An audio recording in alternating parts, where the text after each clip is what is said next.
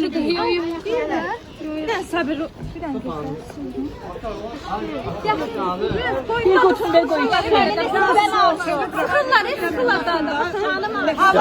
Xəbər verdiyimiz kimi 20 gün əvvəl həbs edilən tiktoker İlduzə Hacıyeva ev dustaqlığına buraxılıb.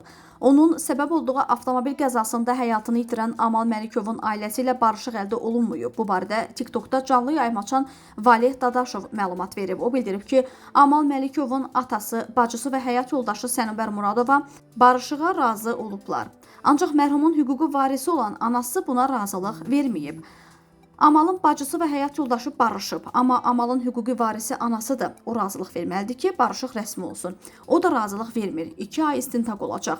Həmin ərəfədə Arzum məhkəməyə gedib gələcək. Qeyd edək ki, hadisə ötən ilin iyununda Mərdəkan qəsəbəsində baş verib. Gecə yarısı Çanqan markalı avtomobili idarə edən Arzum sola dönmə manevri edərkən arxadan gələn Mercedes-lə yandan toqquşub. Nəticədə Mercedes idarəetmədən çıxaraq maneəyə çırpılıb və bir neçə dəfə aşıb.